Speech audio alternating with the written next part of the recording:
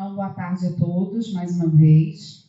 Agradeço a presença não só da mesa, que vai fazer a sua apresentação, sua comunicação hoje à tarde, mas também do público aqui presente e futuramente de quem estiver assistindo a nossa sessão.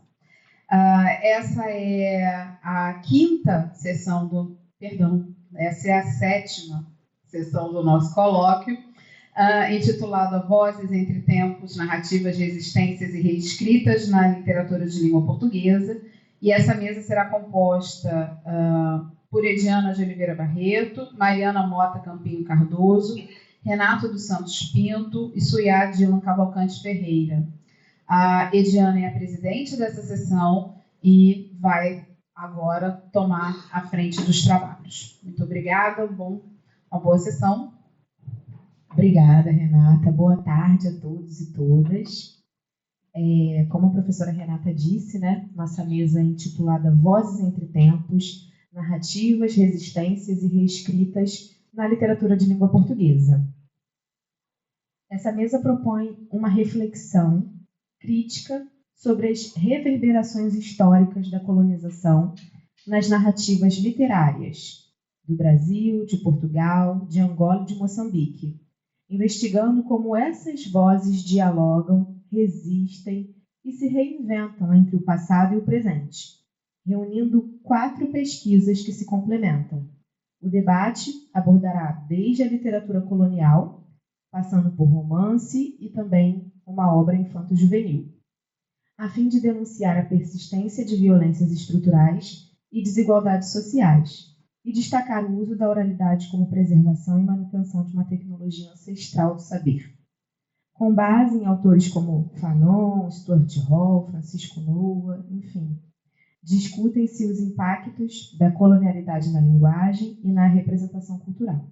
A mesa visa a contribuição para a análise das interações literárias e culturais no espaço lusófono, a partir de olhares pós-coloniais, comparatistas e transculturais, fomentando um diálogo entre estética e política, tradição e reinvenção. Vou deixar um combinadinho que todo mundo vai ter 15 a 20 minutos para falar. Quando a gente chegar em 15 minutos, eu mostro um bilhetinho falando que faltam 5. Pode ser? Suyá é a primeira apresentadora de hoje, né? Suyá Dilan Cavalcante é doutoranda do programa de pós-graduação em Estudos de Literatura, aqui mesmo nesta casa, na Universidade Federal Fluminense. Ela é professora na Educação Básica, na Rede Estadual do Rio de Janeiro. É também pesquisadora integrante do grupo de pesquisa Perspectivas Pós-Coloniais, Literaturas e Culturas em Língua Portuguesa, que investiga o pós-colonialismo como perspectiva teórica e as possibilidades do mesmo como instrumento de análise da literatura e das sociedades constituídas nos países de língua portuguesa. Com a palavra, professora Suyá, que vai tratar das invenções imperiais, a literatura colonial portuguesa, sob a crítica de Francisco Noa. Obrigada, Edi. Boa tarde. Obrigada pela presença de todos. Então, como ela disse, o texto tem como título Invenções Imperiais, a Literatura Colonial Portuguesa, sob a crítica de Francisco Noa. Como corpus, utilizaremos um conto de um autor português, chamado João de Lemos, o conto Negra e Mulata, e também, para fins de comparação, o romance O Coração das Trevas, de Joseph Conrad. Tá? Eu vou ler, para não me perder. Tá? O conto Negra e Mulata, de João de Lemos, narra a história de um caçador branco chamado Souza, que vive em África e tem um relacionamento com uma jovem mulher negra. Ao fazer uma viagem para caçar, o personagem se envolve com uma mulher mulata ainda mais jovem. Negra e Mulata foi lançado originalmente em 1937 no livro Almas Negras, Contos da África Misteriosa, inserindo-se no período da literatura colonial. Tratamos aqui como literatura colonial a literatura do período histórico-cronológico da dominação portuguesa sobre os países africanos de língua portuguesa. João de Lemos, poeta e contista, é um autor de poucos registros e cuja produção literária é de difícil levantamento, uma vez que o volume citado se encontra esgotado mesmo em Portugal. E ele teve contribuições dispersas em jornais e revistas. Ele é neto do também poeta e homônimo João de Lemos, que tem uma obra mais extensa e conhecida. Lisboeta, João de Lemos viveu na África por 8 anos, trabalhando ele mesmo como caçador. O autor descreve essa experiência com um fascínio etnográfico, ressaltando o olhar colonialista que é replicado na sua prosa. Cito: deambulei 8 anos em pleno centro africano, na vida sertaneja e livre de caçador despreocupado, que ora dirige os passos em direitura ao sol, retrocede ao poente ou corta ao norte, consoante os ventos mudam ou muda o seu capricho. Francisco Noah, em Império, Mito e Miopia, traz a concepção de Manuel Ferreira, que explica, por sua vez, em uma perspectiva do romance colonial versus literaturas africanas, que, entre outras características, a colonialidade literária se caracteriza por autores portugueses com vivência africana. A literatura colonial possui uma tradição de autores que tornaram suas experiências pessoais em obras literárias, como Joseph Conrad, por exemplo. Essa representação literária das colônias, através do olhar de autores que possuem vivência local, foi valorizada como uma espécie de literatura etnográfica voltada para o público das metrópoles coloniais. Contudo, também é valorizado um certo deslocamento da experiência pessoal do autor, de modo a criar um objeto ficcional e literário. Eu queria pedir para projetar a capa da revista. Na revista Seara Nova, que é essa aqui, a capa, por ocasião do lançamento de Almas Negras, pode passar para o próximo, por favor? Castelo Branco Chaves elogia a estratégia de João de Lemos de despersonalizar sentimentos e emoções, recordações e aventuras, transportando para o plano mais consistente da ficção aquilo que for a sua vida, a sua experiência, a sua aventura. Mesmo quando já todas essas emoções não eram um estado de entusiasmo, mas de evocação e congeminação delas. E, em parte por isso, estas novelas possuem a consistência e o vigor literário das obras pensadas, profundamente sentidas e cuidadosamente escritas. Fecho aspas. Gostaria de fazer aqui um pequeno à parte a respeito da revista Seara Nova. Lançada por um grupo de intelectuais republicanos em Lisboa no ano de 1921, entre eles Raul Proença, a revista opôs-se à ditadura que se instala em 26 e mais tarde à ditadura do Estado Novo. Fundada com intuito pedagógico, militante e cultural, a revista teve diversos colaboradores renomados durante sua existência, tal como Jorge de Sena. A revista foi um canal de resistência e se afirma após a queda do regime salazarista. Além da edição da revista, o grupo de fundadores promoveu colóquios e debates com o intuito de incluir o público nas discussões intelectuais que desejava suscitar. Apesar disso, é interessante notar que a crítica de Almas Negras foi incapaz de identificar os aspectos colonialistas e preconceituosos do texto de João de Lemos. Abre aspas. Aprendi com os pretos a amar as planícies sem fim e as matas sem fundo, e com as selvas a ler e apreciar a alma ingênua dos negros. Entranhei-me nas florestas e planícies solitárias, estudei os dialetos rudes, observei os hábitos e afiz-me aos costumes daquelas gentes primitivas. Fecha aspas. O autor vê a população nativa como um grande conjunto sem aspectos culturais diversos e exótico. Essa abordagem assemelha-se àquela que Conrad descreve em Coração das Trevas. Aspas. Formas negras agachadas, deitadas e sentadas, apoiadas contra os troncos das árvores, confundiam-se com a terra, entre escondidos e paridos pela luz parca, todos com ares de dor, abandono e desespero. Fecha aspas. Os habitantes da colônia são uma grande massa que não é individualizada. João de Lemos considera a África como planície solitária, ainda que esteja em contato com os habitantes locais, mostrando a postura paradoxal do colonizador que se sente só mesmo que esteja entre os africanos.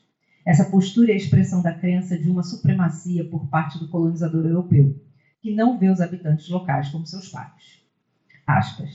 Adaptei-me aos seus usos simples, vivendo com eles da caça e da pesca, acampando hoje numa clareira do mato para armar amanhã a tenda no areal do rio.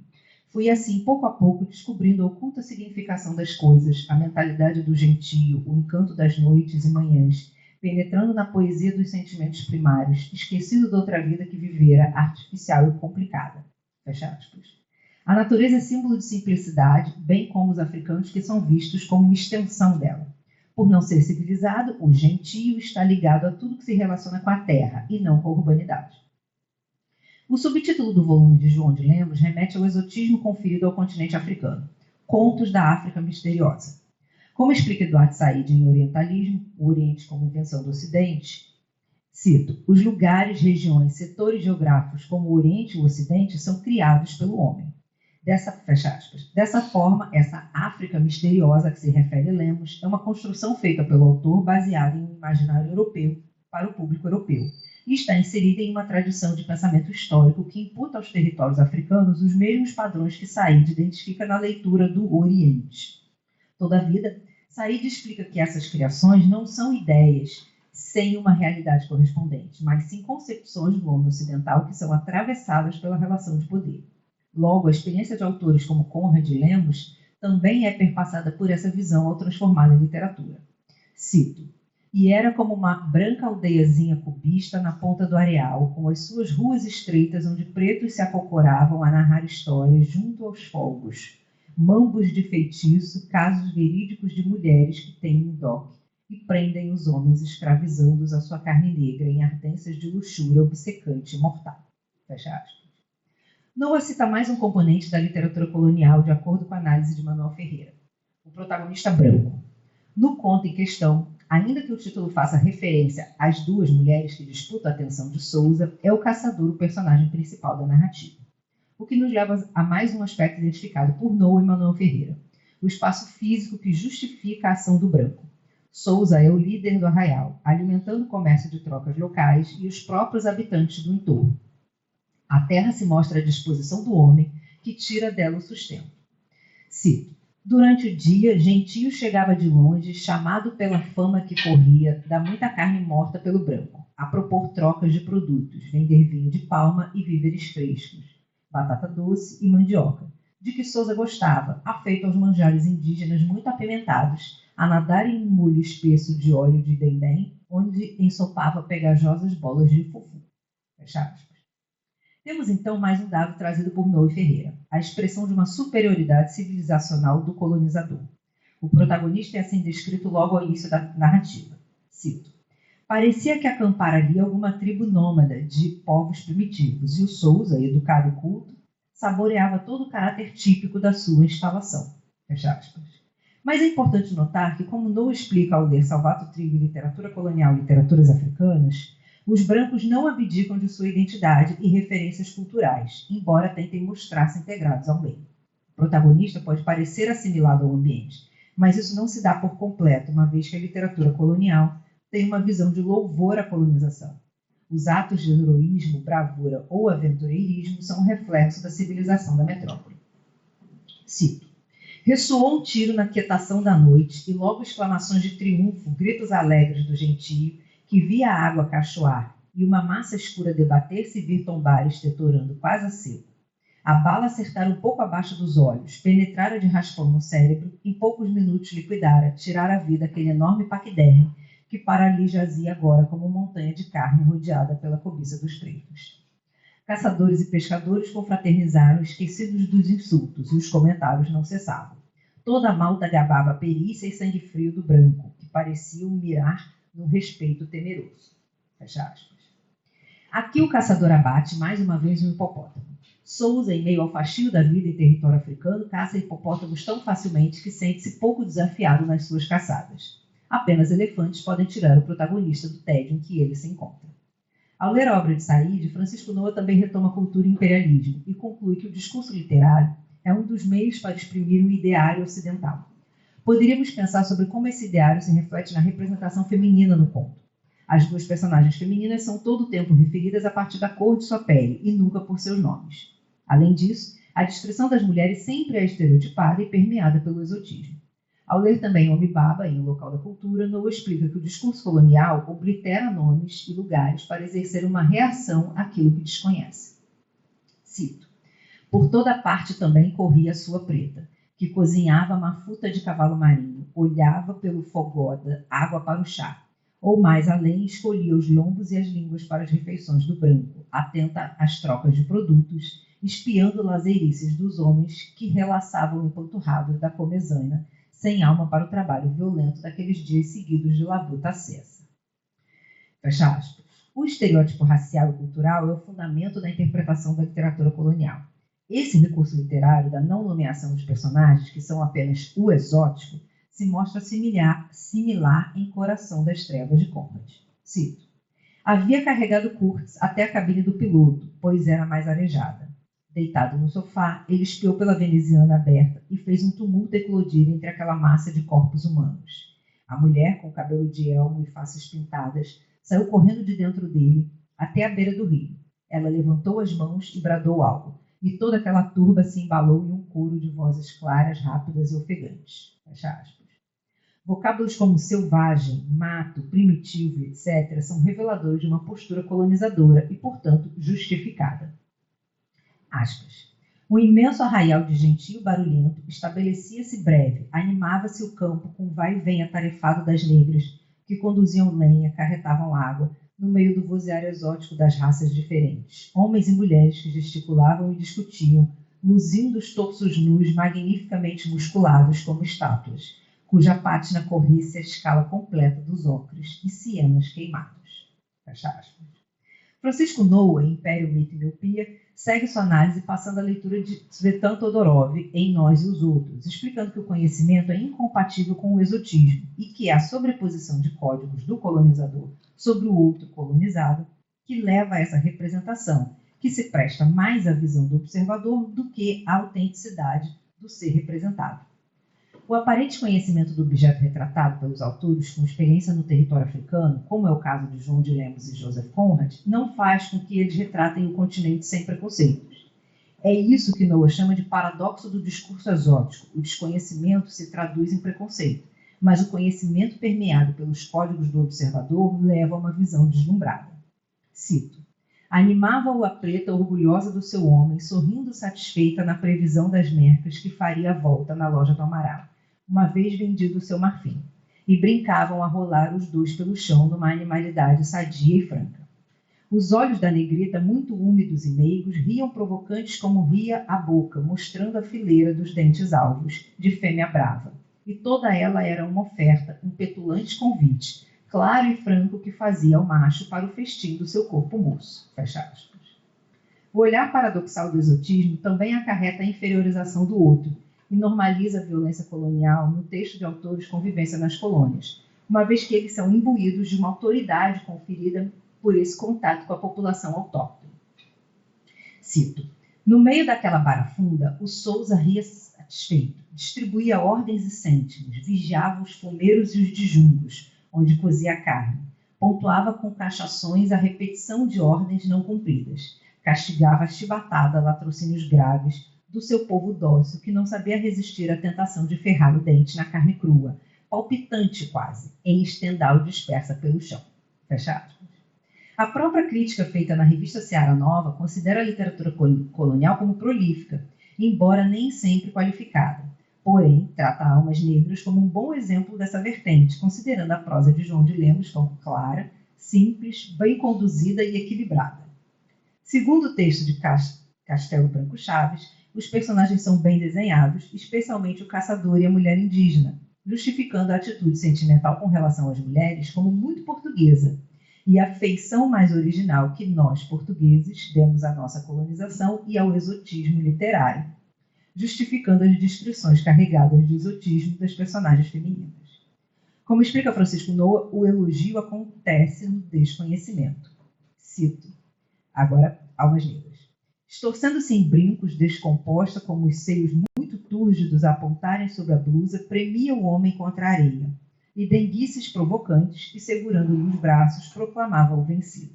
De fato, o Souza sentia eletrizar-lhe o corpo, vencer-lhe à vontade, um arrepio lúbrico que se lhe infiltrava no sangue, e parecia não só emanar da mulher em eflúvios diretos, mas também perpassar na aragem, vindo das margens próximas, com o bafo quente da terra, que latejava num fecundar perene. É importante ter em consideração que o imaginário ocidental a respeito do Oriente ou África atravessa diversas correntes literárias. Ele não se restringe à literatura colonial e pode ser percebido no clássico, neoclássico, romântico, simbolismo, naturalismo, etc. Por tratar-se de uma visão de mundo, ele pode ser encontrado na literatura, cinema, artes plásticas, etc. Seja ele um exotismo humano ou paisagístico.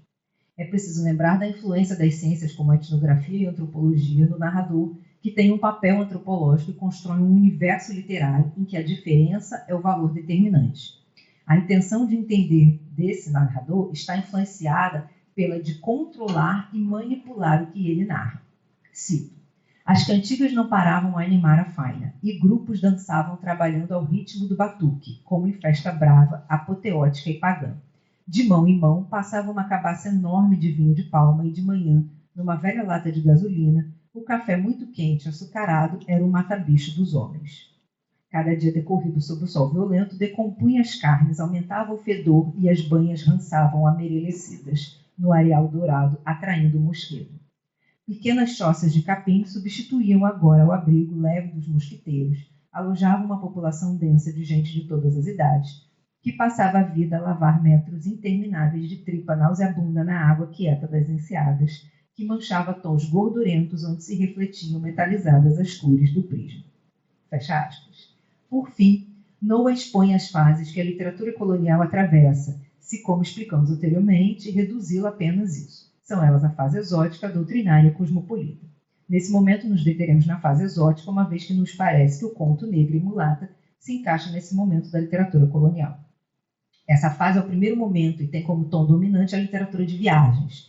Predomina a emoção com relação às terras e gentes estranhas e segue até a década de 50. A atitude do narrador é de deslumbramento com relação ao desconhecido, como podemos perceber no conto em questão.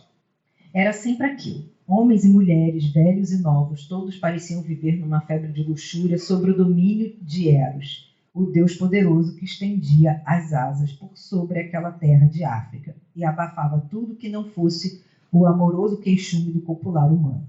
O estertor dos espasmos animais, o zuído germinal das seivas a elevar-se contínuo como um hino grato de toda a natureza em plena orgia de função criadora. Fecha aspas.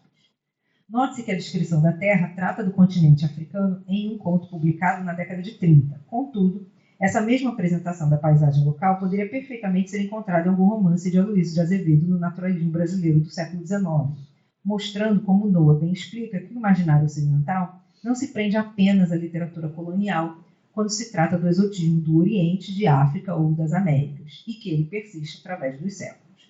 A predominância da literatura de viagens nessa fase exótica da literatura colonial se revela na escolha de uma viagem para uma caçada para dar início ao conflito amoroso que dá título ao conto.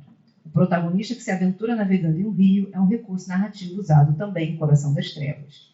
Adentrar o território africano navegando por um rio é uma técnica de exploração do colonizador europeu que ambos os autores, entre outros, se utilizam para desenvolver a narrativa.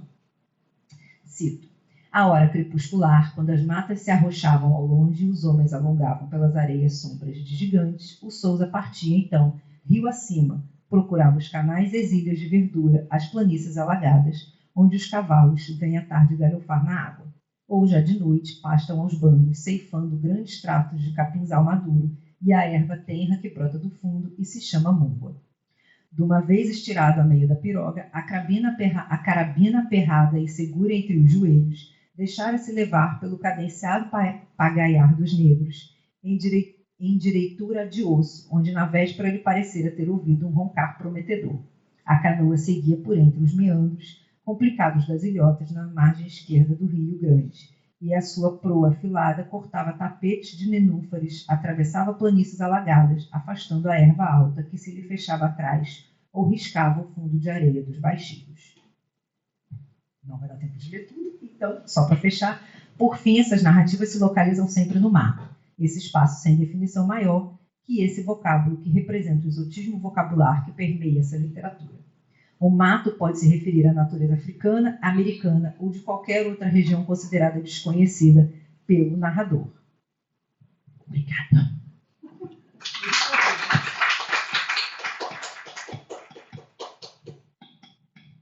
Nós que agradecemos. Obrigada, Cia.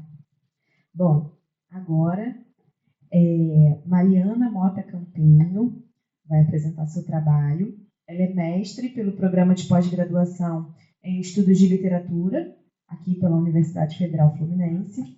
É também professora da Educação Básica na Rede Municipal de Ensino da cidade de Araruama. É pesquisadora e integrante do grupo de pesquisa Perspectivas Pós-Coloniais, Literaturas e Culturas em Língua Portuguesa, que investiga o pós-colonialismo como perspectiva teórica e as possibilidades do mesmo como instrumento de análise da literatura e das sociedades constituídas nos países de língua portuguesa. Com a palavra, a professora Mariana, com o trabalho Entre a Terra e o Sangue, Consciência e Resistência em Levantado do Chão de José Saramago e Torturado, de Itamar Vieira Júnior. Obrigada, Edi. Boa tarde, gente. Eu vou falar um pouquinho do meu projeto de pesquisa, né, que vai ter início no doutorado, que vai ter início no ano que vem, né, no próximo ano. E como a Edi falou, né, o título do texto é Entre a Terra e o Sangue, é o título da comunicação, né, de hoje. Entre a Terra e o Sangue, Consciência e Resistência, Levantado do Chão, de José Saramago, e Torturado, de Itamar Vieira Júnior. Desde que eu escrevi o resumo para o colóquio até hoje, já aconteceram algumas mudanças aqui, né? Principalmente no que diz respeito ao corpus, eu ainda estou buscando, né, um acréscimo, mas hoje eu vou falar desses dois textos, né, dessa comparação entre eles. Esses romances, eles trazem à cena sujeitos que representam o campesinato, né, e a princípio esse seria meu interesse inicial, né, analisar essa representação e a maneira como esses dois autores fazem isso, né, na sua obra, nos seus dois romances, porque é um grupo social importante, né, que eu considero importante na formação desses dois países, Portugal e Brasil, não sei se eu já mencionei, mas que é muito marginalizado, né, como outros grupos, como todos os grupos, né, que a gente trabalha aqui nessa mesa, e no nosso grupo de estudos.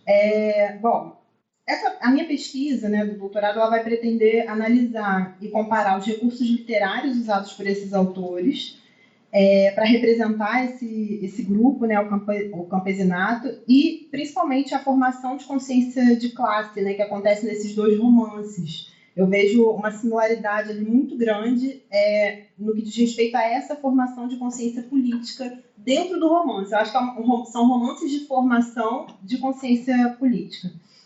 E aí, meu objetivo é analisar, né, como que se dá essa formação, né, que estratégias esses autores utilizam para representar isso, as estratégias de luta contra a opressão desse grupo e a exploração, né, já que se trata de estilos de narrativa muito diversos, e diferentes também são os espaços e os tempos. O romance de Saramago ele foi publicado em 80, a primeira vez, e o de Itamar Vieira Júnior, agora no Brasil, em 2019. Eles retratam épocas, né? A do Saramago retrata aí a década de 70, e o Torturado é um pouquinho antes, né? Mas são épocas mais ou menos parecidas, mas contextos, né, diferentes.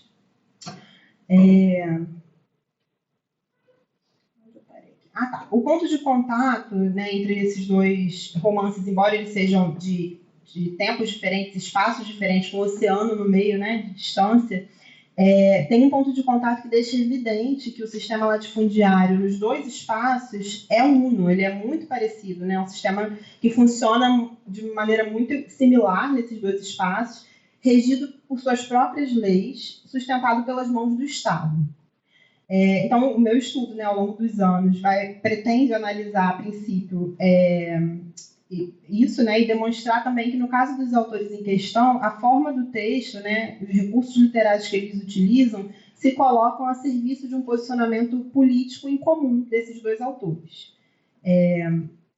No texto, alguns aspectos da Renda da Terra no Brasil, de 1958, Carlos Marighella faz uma leitura da situação econômica do país, apontando para o fato de que, à época, grande parte da população vivia concomitantemente sob dois sistemas econômicos, o latifúndio e o capitalismo. Segundo ele, esses dois sistemas coexistiam pelo fato de haver uma peculiaridade no país, a questão fundiária.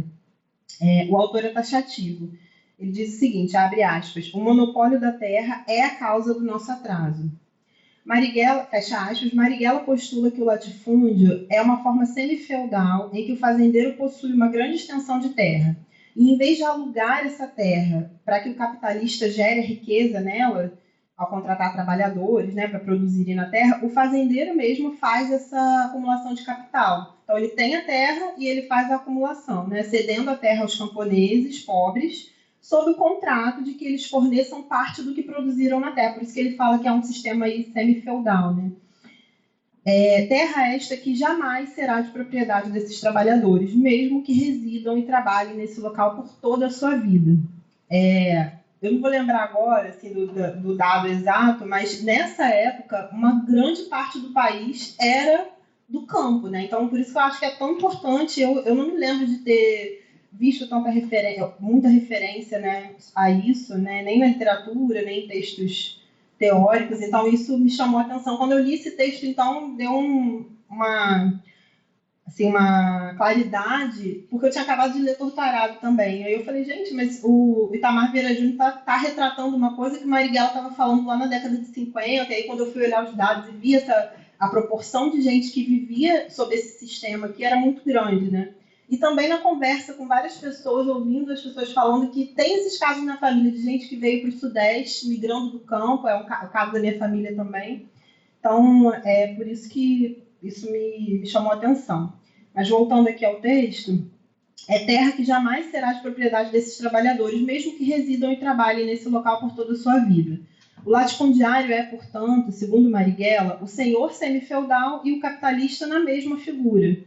De acordo com o autor, é evidente que são formas de exploração separadas historicamente, mas num país oprimido e dominado pelo imperialismo, onde o monopólio da terra é lei geral, tornou-se possível sua junção no tempo. Então, são duas coisas. Feudalismo é uma coisa, capitalismo é outra. Mas ele fala, no Brasil, foi possível essa junção. Aqui, né, acontece isso. Aconteceu, ele falava em 50, mas acontece até hoje. Então, ele continua. Vou fazer uma citação aqui do texto, né? Trazer uma citação do Marighella.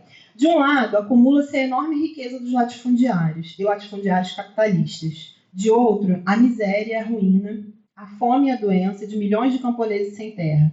De um lado, a renda dinheiro, a renda produto, a renda trabalho, toda a renda pré-capitalista e mais a renda absoluta, a renda diferencial, os lucros, tudo isso arrancado do trabalho suplementar e da mais-valia dos pequenos produtores e trabalhadores do campo sem meios de produção. De outro lado, a pobreza absoluta de toda a população que vive no campo. Fecha aspas.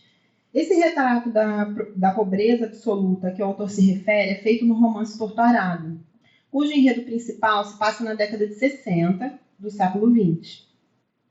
Dividido em 3 partes, as 2 primeiras são narradas por 2 irmãs negras descendentes de pessoas escravizadas, enquanto a última parte fica a cargo de uma entidade do Jaré, né, que é uma religião lá da região da Chapada, a Santa Rita Pescadeira.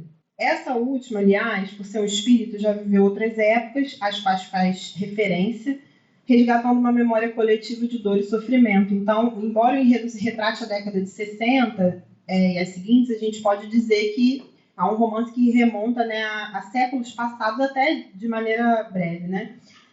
O autor já referiu em diversas entrevistas que foi servidor público do INCRA, que é o Instituto Nacional de Colonização e Reforma Agrária, além de geógrafo, mestre e doutor em geografia. Em suas andanças da profissão, ele se deparou com muitas histórias do povo do sertão da Bahia e do interior do Maranhão. O romance, iniciado décadas antes, ainda em sua adolescência, é o produto dessa recolha de histórias e de muito do que o autor viu nos confins do Brasil. E apesar de Vieira Júnior ter circulado nesses espaços décadas depois do texto de Marighella, o que ele encontrou foi o supracitado problema fundiário, ainda na sua forma mais cruel. Então ele ficcionaliza. Eu trouxe um trechinho do Torturado, que começa assim. O gerente queria trazer gente que trabalhe muito e que não tenha medo de trabalho. Nas palavras de meu pai, para dar seu suor na plantação. Podia construir casa de barro, nada de alvenaria, nada que demarcasse o tempo de presença das famílias na terra. Podia trazer mulher e filhos, melhor assim, porque quando eles crescessem, substituiriam os mais velhos. Seria gente de estima, conhecida, afilhados do fazendeiro. Dinheiro não tinha, mas tinha comida no prato. Então, essa lógica aí de que você não vai receber pelo seu trabalho, né? Você vai ter um aluguel da terra ali e vai ter que me fornecer parte do que você produzir. Então, não é... Por isso que aqui no Torturado não tem sistema capitalista ainda, porque não tem essa coisa de pagar, né, pelo trabalho e tal. Finalizando aqui a citação. Poderia ficar naquelas paragens sossegado, sem ser importunado, bastava obedecer às ordens que lhes eram dadas.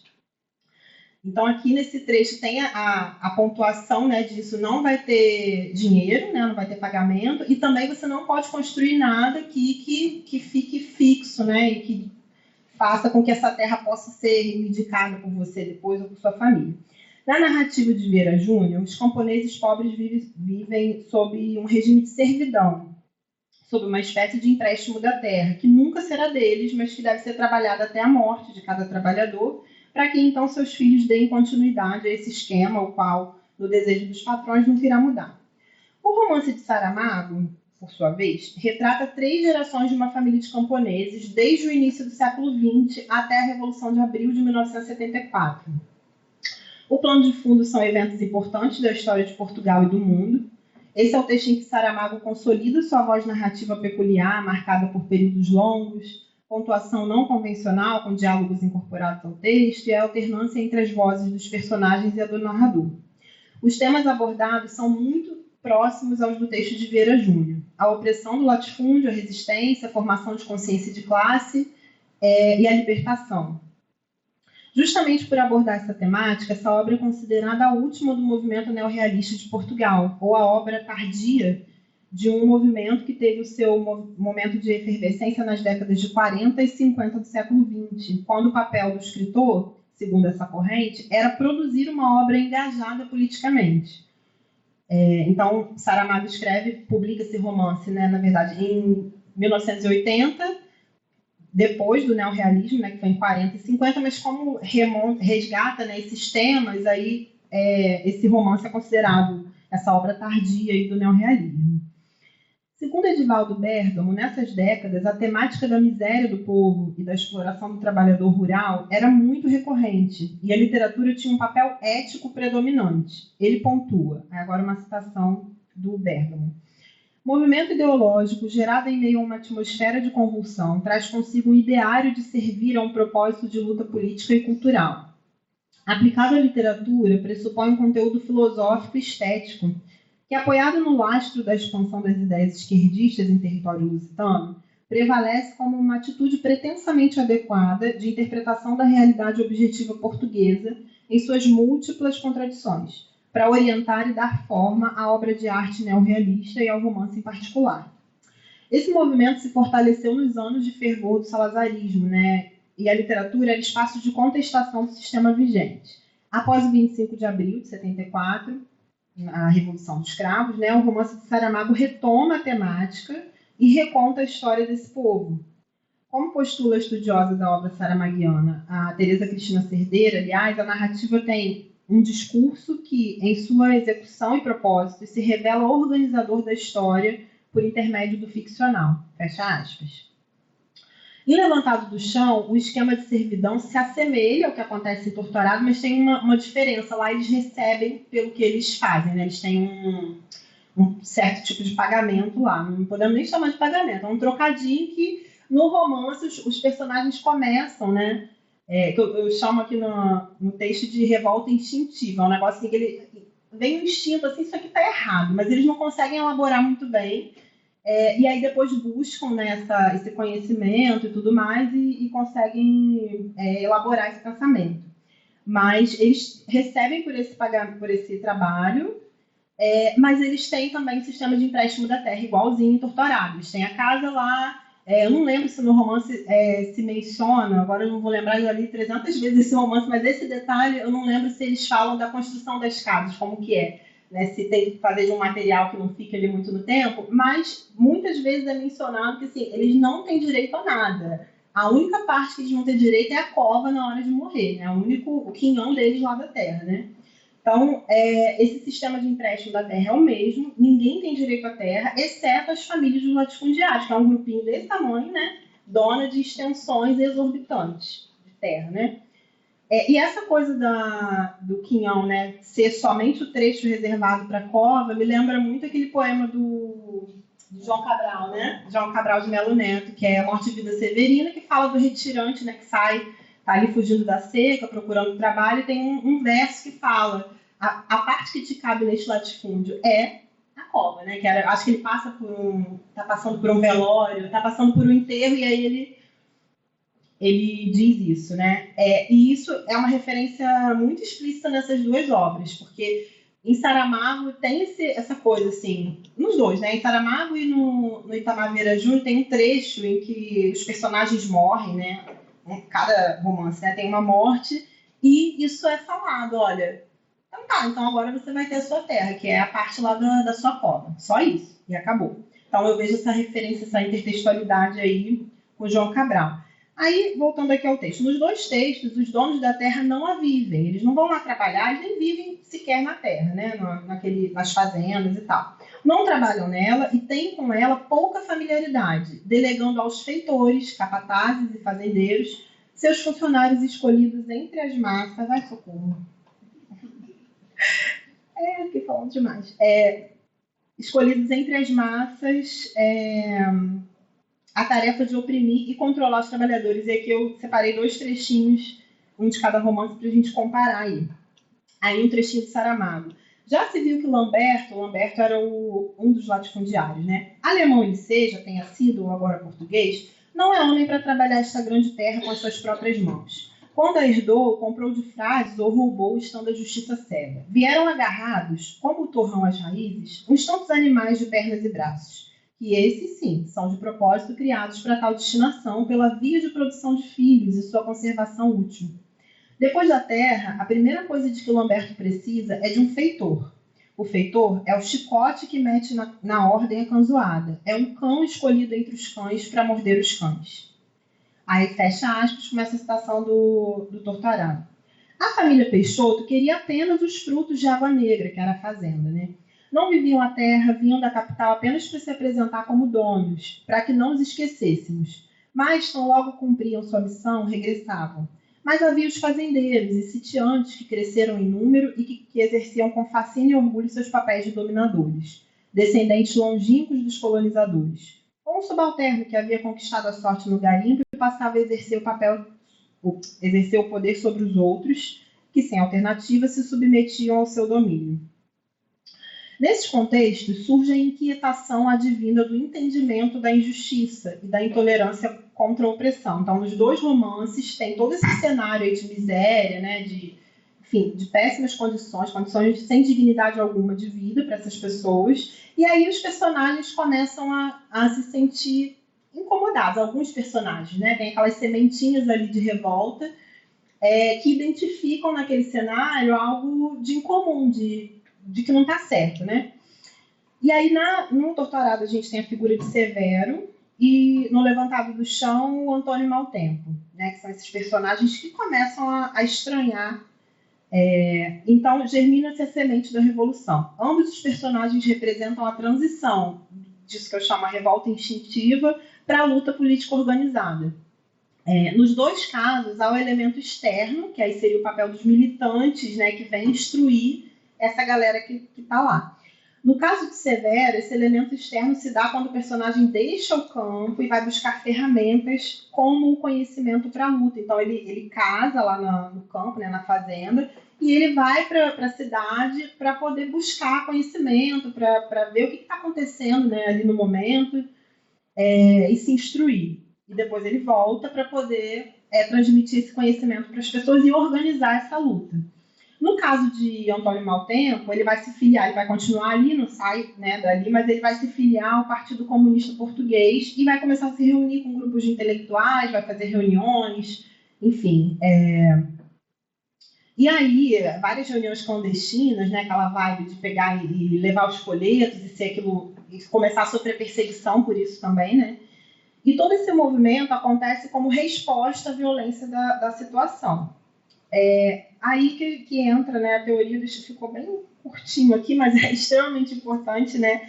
Francis Fanon, em seu célebre livro Os Condenados da Terra, faz uma análise sobre a situação colonial dos países em que atuou como médico e militante. No primeiro capítulo, que chama Sobre a Violência, seu postulado interessa-nos especialmente, pois trata da violência como base do sistema colonial. Aqui, nesses romances, a gente não tem um retrato do sistema colonial, a gente não está falando disso, embora em Torturado a gente tenha o tempo inteiro referência a esse sistema, né, o sistema colonial, por conta das sequelas. E no caso de Levantado do Chão, a gente tem ali um momento da revolução, né, dos escravos retratado, que era mesmo o momento das lutas de libertação de África, né? Era uma coisa estava acontecendo ali naquele momento. Então, embora não sejam romances que retratem esse momento, não faz sentido aqui, faz muito sentido, porque o que acontece? ele vai falar que a violência nesse sistema, ele fala do sistema colonial, mas a gente pode puxar aqui um pouquinho para o sistema latifundiário, né?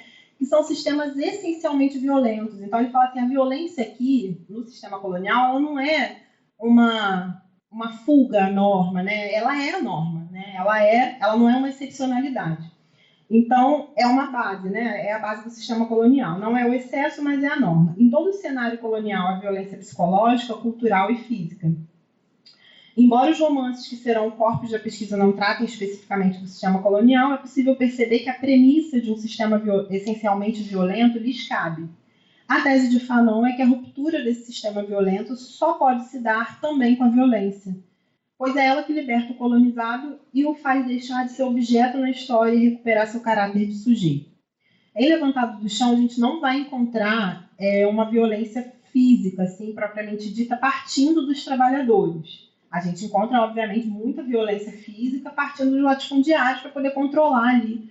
E tem a perseguição política, que eu já mencionei, mas tem a violência simbólica, digamos assim, partindo deles, dos trabalhadores, na medida em que a luta política e a greve que eles fazem rompem a ordem estabelecida. Já em Porto Arado, a gente tem, de fato, né, uma violência-resposta que aparece na forma de um golpe carregado de emoção violenta, são palavras do autor, do narrador, né? Da narradora, no caso, né, a Santa Rita Pescadeira, lá no finalzinho do livro, ela fala isso. Um golpe carregado de emoção violenta. E a última frase do romance é bastante emblemática nesse sentido, que é, abre aspas, sobre a terra há de viver sempre o mais forte. Então tem aí essa ideia de que para você viver nesse contexto você tem que ser violento também, você tem que reagir. E fechando aqui, né, finalizando, podemos concluir que tanto as obras literárias supracitadas quanto na teoria de Fanon, a violência da luta, em seus diferentes graus, pode transformar os indivíduos oprimidos na conquista do território e na libertação da mente em um sujeito histórico coletivo.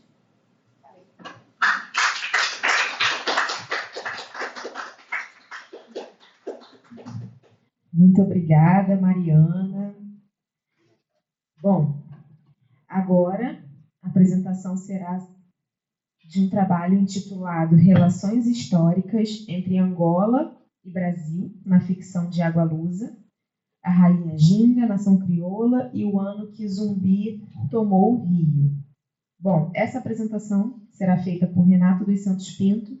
Ele é doutor pelo programa de pós-graduação em Estudos de Literatura daqui da nossa casa, Universidade Federal Fluminense, e também é aposentado. O que todos nós, né, gostaríamos de... Não posso citar isso, desculpa. Boa tarde, gente. Não, uma vez a Ediana falou assim, poxa, é tão bom ser aposentado, poder fazer tudo o que você quer. Eu falei, se eu fizesse tudo o que eu queria, já tinha morrido, eu estava preso. Também não era.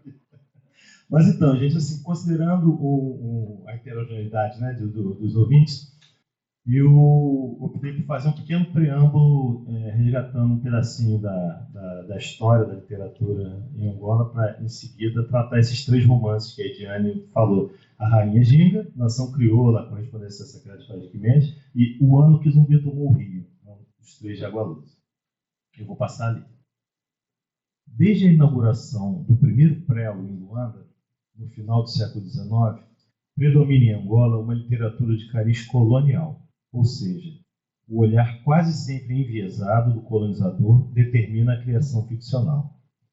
As raras exceções não são suficientes para formar um corpus capaz de compor um sistema literário. Somente a partir dos anos 40, com os ecos da eclosão de lutas de independência em países africanos colonizados, principalmente por Inglaterra e França, surge em Angola, colonizada por Portugal, Angola no caso, uma literatura engajada de resistência em favor da emancipação dos povos originários africanos daquela região. Assim, características específicas em Angola permitiram um protagonismo de intelectuais e escritores nos movimentos emancipatórios que redundaram na Guerra de Independência, acirrada nos anos 1960. Até a conclusão da independência, em 1975, boa parte de escritores como Viriato da Cruz, Mandino Vieira e Agostinho Neto, entre outros, dedicaram sua ficção e poesia à conquista da autonomia política angolana. Após a independência, com a chegada do Movimento Popular de Libertação de Angola, o MPLA, ao poder, Muitos desses escritores ocuparam postos chaves no governo de formação. Criou-se a Organização dos Escritores Angolanos, cuja sessão de fundação foi dirigida pelo presidente Agostinho Neto. A produção literária mais expoente no último quartil do século XX pertence, em sua ampla maioria, a escritores luandenses ligados ao MPLA. Com essa sumaríssima recapitulação da história da literatura angolana, passamos a falar do autor das narrativas ficcionais objeto desse estudo. José Eduardo Ogalusa nasceu em Huambo, interior angolano, no ano de 1960, e inicia sua produção literária nos anos 1980. Não fazendo parte do MPLA, vem produzindo uma literatura crítica e um terreno sensível, em que aqueles que questionam o poder constituído são considerados inimigos do Estado. O objetivo desta comunicação é percorrer 3 dos romances de Ogalusa, A Rainha Ginga, de 2014, Nação Crioula, 1997, e O Ano que o Zumbi Tomou o Rio, 2002. Esses são os anos da primeira publicação. Em busca de conexão entre Angola e Brasil, desde os tempos coloniais até o início dos anos 2000. As diegeses se passam nos séculos 17, 19 e 20 para 21, respectivamente. Apresentaremos os romances por ordem crescente de período histórico que correspondem, independentemente de quando foram publicados. Então, o livro A Rainha Ginga pode ser lido como um romance histórico. Antes de entrar na ficção, vejamos alguns conceitos prévios relacionados a esse tipo de romance. Uma de suas características é pautar a trama por eventos e ou personagens registrados na história. Segundo Antônio Cândido, aí eu passo a citá-lo, o narrador fictício não é sujeito real de orações, como historiador ou químico. Desdobra-se imaginariamente e torna-se manipulador da função da narrativa, dramática, lírica, como o pintor manipula o pincel e a cor.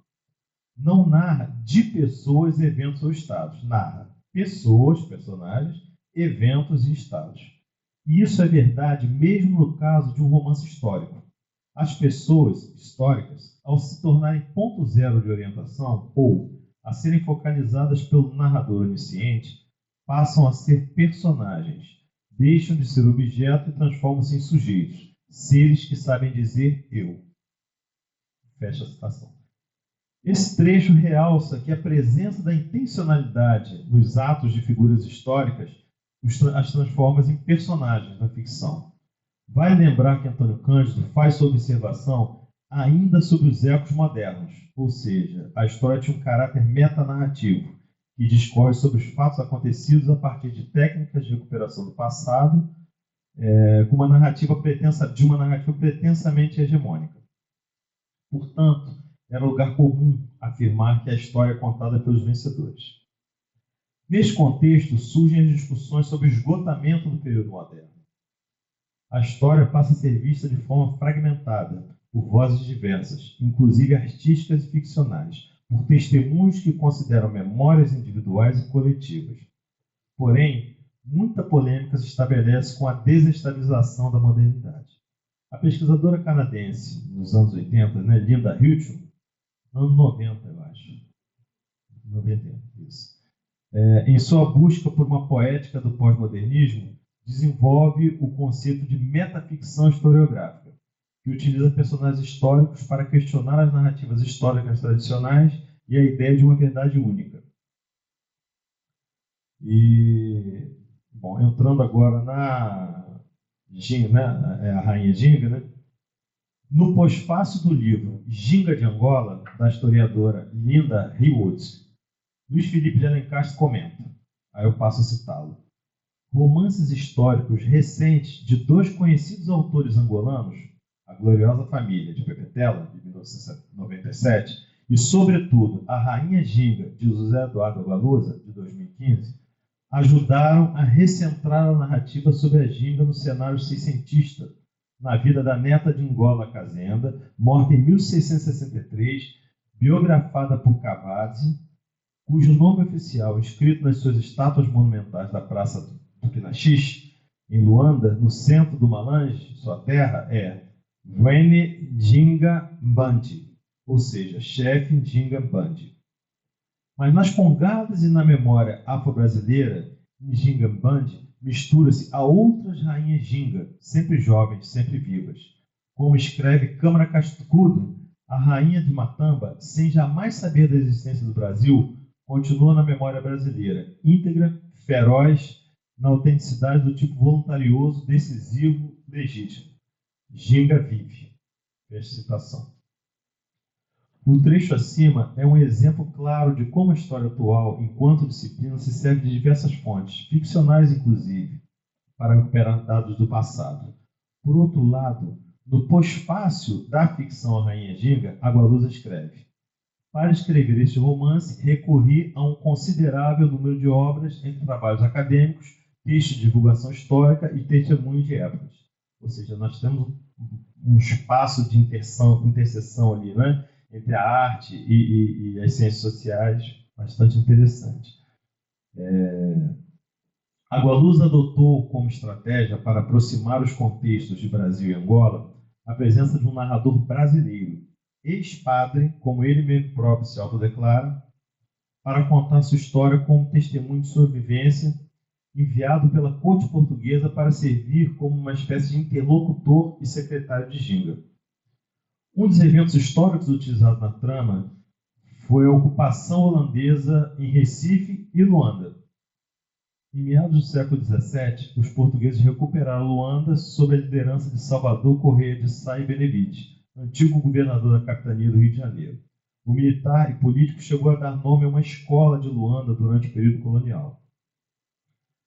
Francisco Zé da Santa Cruz, personagem narrador de A Rainha Ginga, fora indicado pelo governo português com o intuito de representar os interesses coloniais sob a chancela de interlocutor entre Ginga e a ocupação portuguesa em Luanda. Entretanto, após seu convívio na região, demonstrou fidelidade à rainha, o que o levou a ser considerado traidor pelos portugueses. Chegou a participar de uma tentativa de aproximação entre Ginga e os holandeses para derrotar os portugueses em Luanda. Destacamos uma de suas falas após propor uma estratégia para dar fim à guerra entre o colonizador português e o reinado de Ginga. Aí eu passo a citar isso do romance. A minha proposta foi recebida com grande alvoroço. Um dos macotas, de mais idade, que todos os outros tratavam com genuína cortesia, fazendo-lhe muitas mesuras e salamaleques, apontou os gritos na minha direção. Embora só me fosse possível compreender uma ou outra palavra, uma frase aqui e a seguinte acolá, intuí que desconfiava de mim por ser eu padre e branco, ainda que branco eu não fosse e padre estivesse deixando de ser, mas isso eles não sabiam. Nos sertões de Angola, como acontece nos do Brasil, qualquer homem que fale português, tenha recebido as águas do batismo e possua fortuna ou merecimento, pode ser tomado como branco. Conheci muitos brancos de pele preta. Fim da citação. Neste trecho, podemos observar algumas barreiras culturais, como o desconhecimento mútuo dos papéis e hierarquias sociais, um do outro, e a questão da língua, neste caso a língua do colonizador e as línguas dos povos originários. Vemos também uma aproximação de conceitos em Angola e Brasil que desloca a questão racial para a social. Embora a proporção daqueles que obtiveram algum sucesso entre pessoas escravizadas seja significativamente desprezível na população preta que passou a viver no Brasil. Existem muitas outras questões que merecem relevância, como a presença de ciganos, mouros e tantos outros povos na trama, assim como a escravização de africanos por próprios africanos. Mas não daremos conta nesta comunicação de todos esses assuntos. Antes de passarmos ao próximo romance, vejamos mais uma das narrações do ex-padre Francisco, dessa vez sobre os horrores da guerra. Aí eu passo a citá-lo. Nos dias que se seguiram, o horror aumentou. Cada soldado que morria era rapidamente esquartejado e os seus pedaços arremetidos na nossa direção. Pela nossa parte, não era possível continuar a enterrar homens e a lançar para o outro lado do muro os infelizes tocados pela doença. A cada dia surgia alguém com febre. Os infestados escondiam-se onde podiam.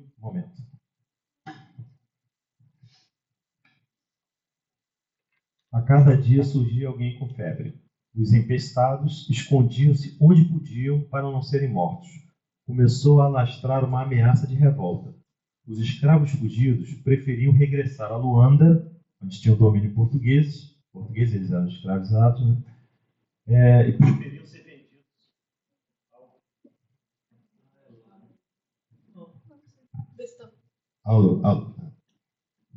A cada dia surgia alguém com febre, os infestados escondiam-se onde podiam para não serem mortos. Começou a alastrar uma ameaça de revolta. Os escravos fugidos preferiam regressar a Luanda, preferiam ser vendidos ao Brasil a morrer na ilha de forma tão atroz. Fim da citação. Esta frase me recorda os horrores de uma reportagem da minha infância em que as pessoas se atiravam do 20º andar para escapar de um incêndio em um prédio de São Paulo.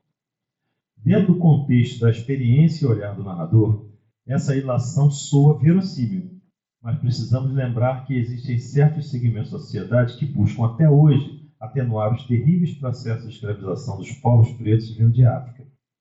Né? E apesar de ser um romance histórico, né, e se remeter ao século XVII, ele foi escrito recentemente. Passemos ao romance Nação Crioula, a correspondência secreta de Fradique Mendes, citando o seguinte excerto. Aqui eu fiz uma conexão entre os dois romances com pequenas variações do mesmo tema. Então já aproveitei a citação do seguinte para comentar mais abaixo. E agora citando a fala do Fradique Mendes, em uma de suas correspondências. Em Novo Redondo, esperam-nos um brigue com um carregamento de escravos para Pernambuco. Olhei-o perplexo. Um navio negreiro, disse-lhe que não contasse comigo. Acene encolheu os ombros.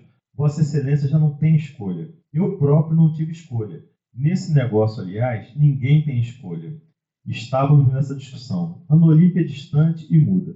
Quando vimos aproximar-se um grupo de quiçamas, homens e mulheres todos igualmente enrolados em pano de algodão, cabelo laboriosamente apartado em pequenas tranças, com miçangas vermelhas na ponta. Corpo untado de óleo de palma.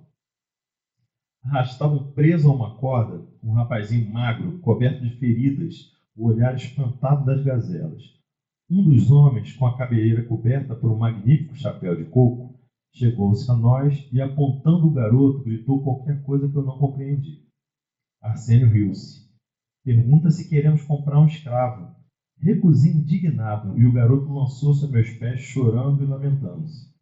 Se não o compramos, eles matam-no, explicou Arsênio. Era exatamente isso que eu lhe queria dizer. Ao comprar um escravo, estou a salvar-lhe a vida. Em sua opinião, o tráfico negreiro é uma forma de filantropia. Ele, como o pai, acredita que a escravatura tem os dias contados na grande pátria de Dom Pedro II e que os desgraçados, uma vez libertos, estarão melhor lá do que agora aqui. Esse Arsênio de Carpo é personagem histórico, tá? O pai e o filho eles foram escravagistas. Né? Final da citação.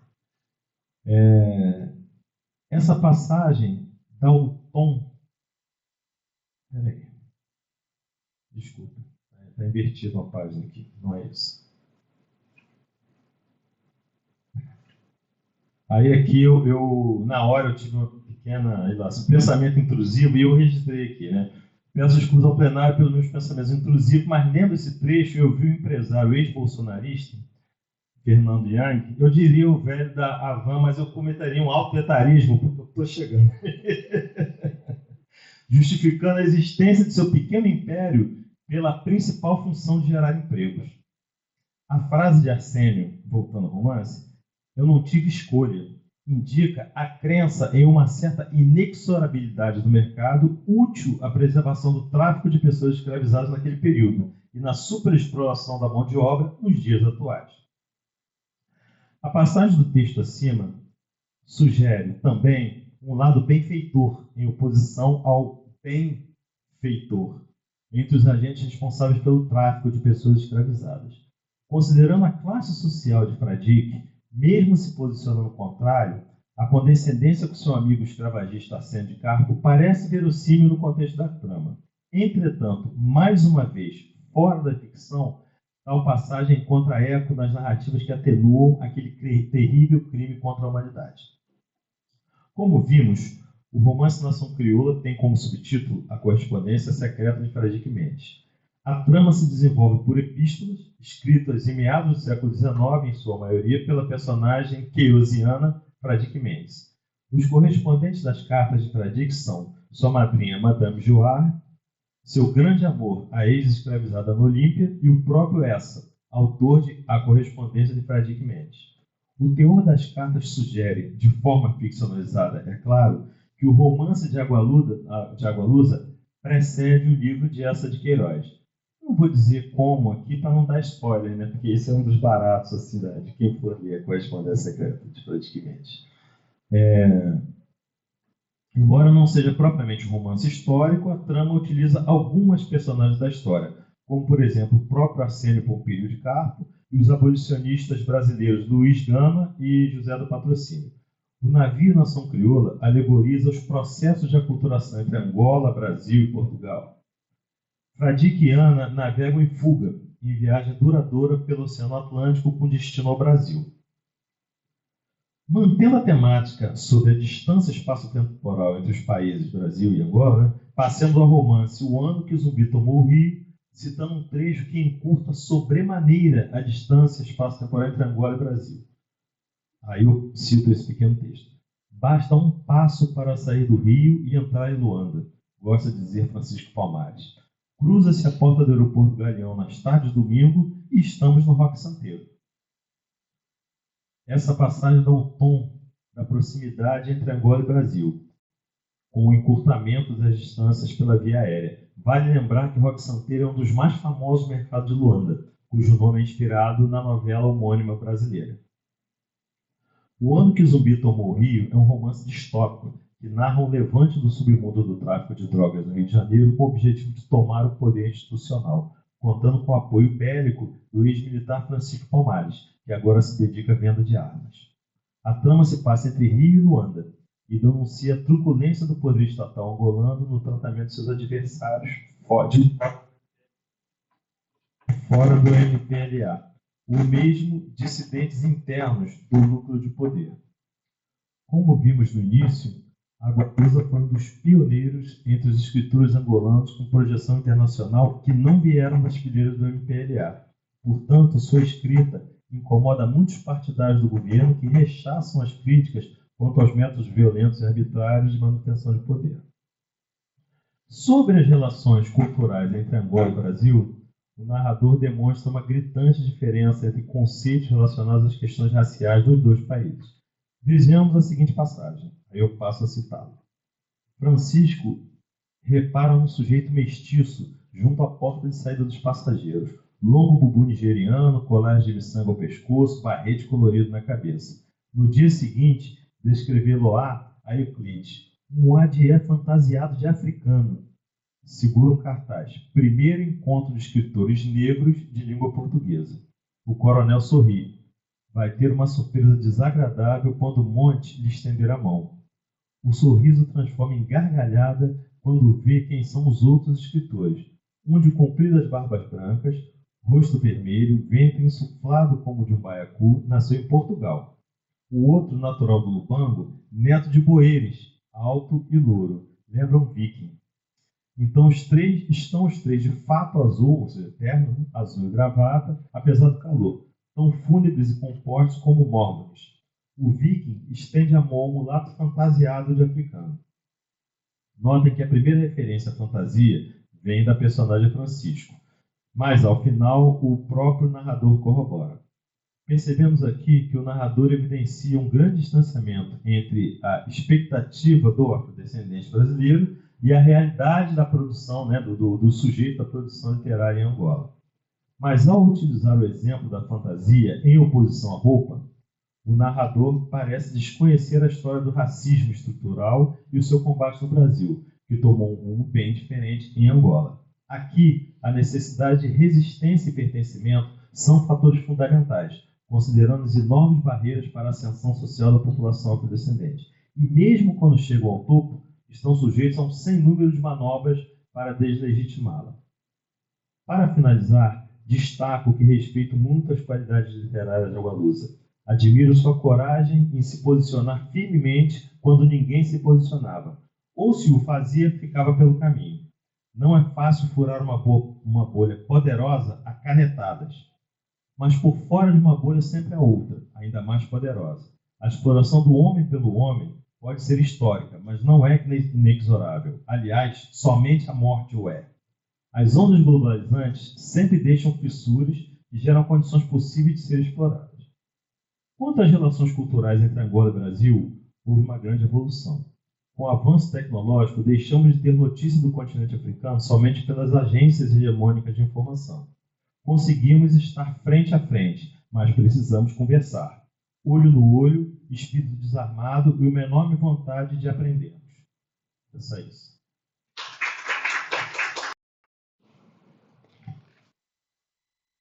Obrigada. Mais uma vez, obrigada, Renato. Bom, gente, agora, mais uma vez, boa tarde a todos e todas. É um prazer estar aqui com vocês. Eu me chamo Ediana, eu sou professora da Educação Infantil e também dos anos iniciais nas redes municipais de Nova Iguaçu e do Rio. E, atualmente, doutorando em Literatura Comparada, aqui nessa maravilhosa casa, UF, sob a orientação de outra maravilhosa professora, Renata Flávia da Silva. Bom, gente, eu nem li o título do meu trabalho, né? Eu fui lendo o título do trabalho dos outros.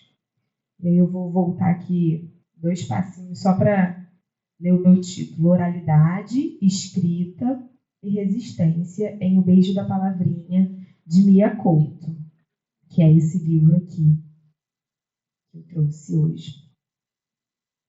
Bom, há algum tempo venho me propondo a desenvolver reflexões sobre a tradição oral africana, partindo da necessidade de revisitar criticamente a própria noção de oralidade no âmbito das literaturas africanas de língua portuguesa.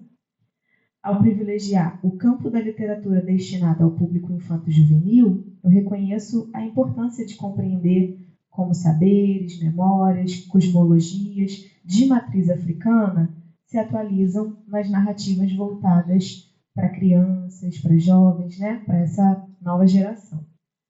É nesse percurso que se insere a proposta dessa comunicação. Aqui tomo como objeto o conto infanto-juvenil O Beijo da Palavrinha, de Mia Couto, que eu tinha anotado aqui que era um autor que dispensava apresentações, mas eu decidi mudar e dizer que, entre os muitos nomes da área, Mia Couto tornou-se, por assim dizer, pop, amplamente publicado no Brasil e reconhecido por sua escrita que articula de modo muito singular ecos da tradição. Seu trabalho é marcado por essa capacidade de construir pontes que vão recuperar o passado, mas também vão pensar o presente, mobilizando elementos da oralidade, da memória e da experiência moçambicana.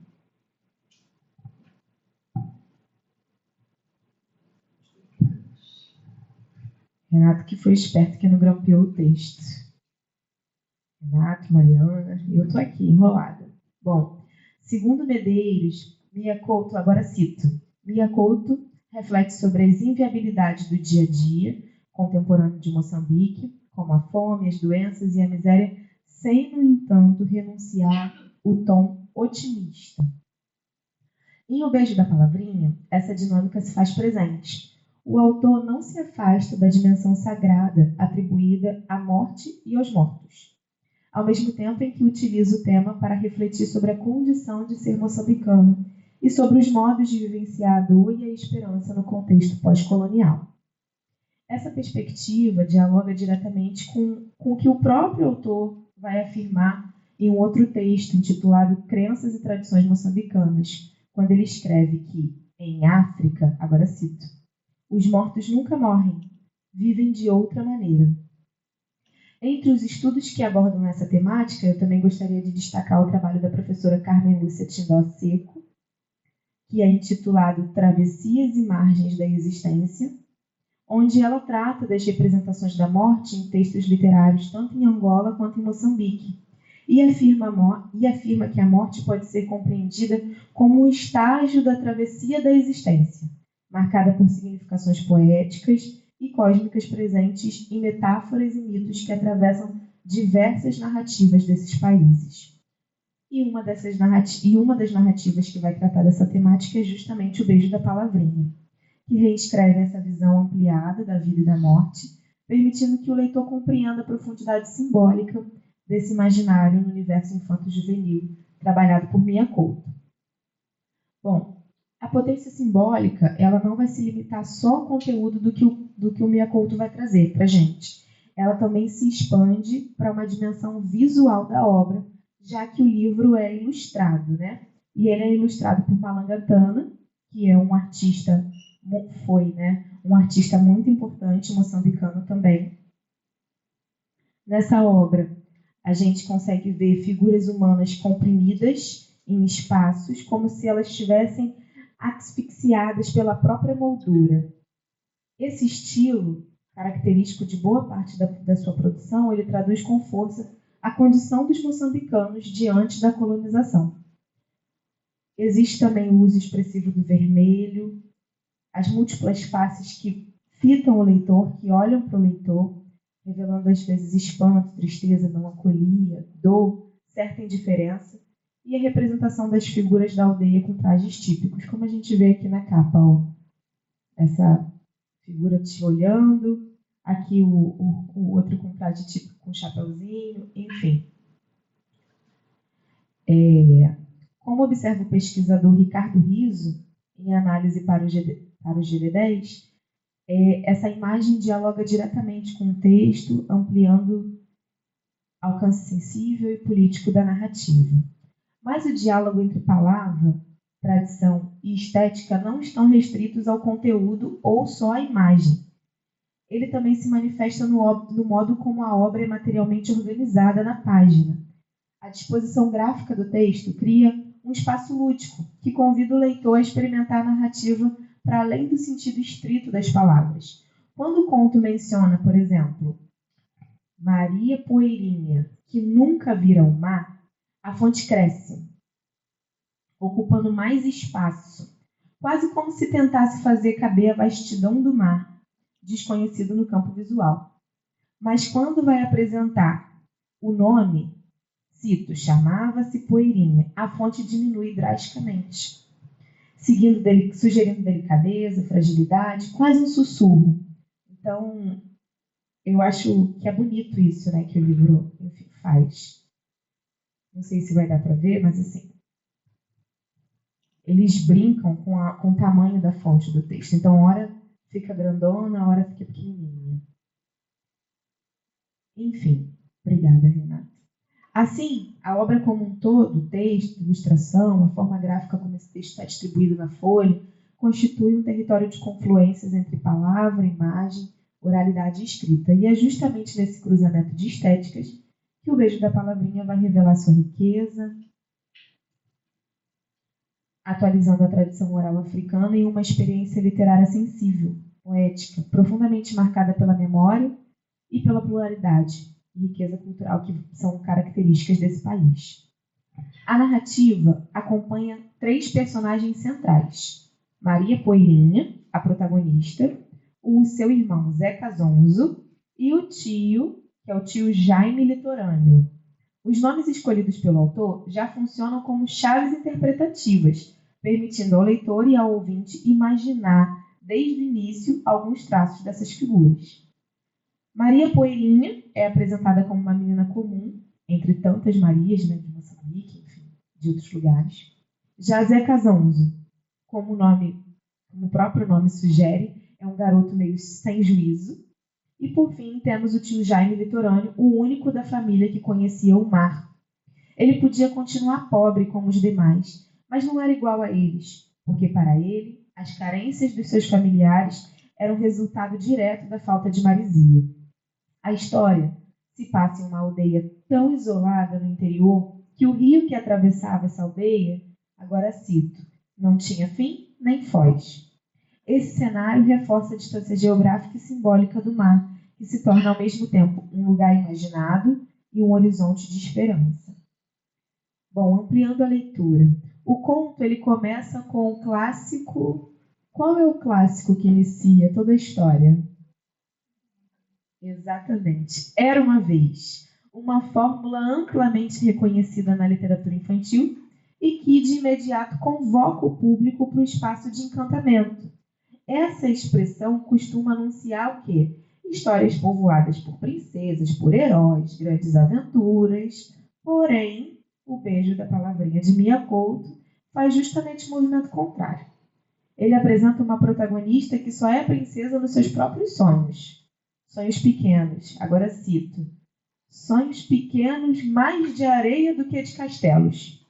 O manto que vestia em seus sonhos, cito novamente, era feito de remoinhos, remendos e retalhos. É uma inversão que desloca o nosso olhar e nos convida a pensar nas infâncias marcadas pela escassez, muito distantes do ideal fantástico que era uma vez, que normalmente promete. Essa condição de pequenez, tanto de Maria Poeirinha quanto do povo da aldeia, ela é colocada em contraste direto com a infinitude do mar. E o mar, segundo o Dicionário dos Símbolos, é um elemento profundamente ambivalente.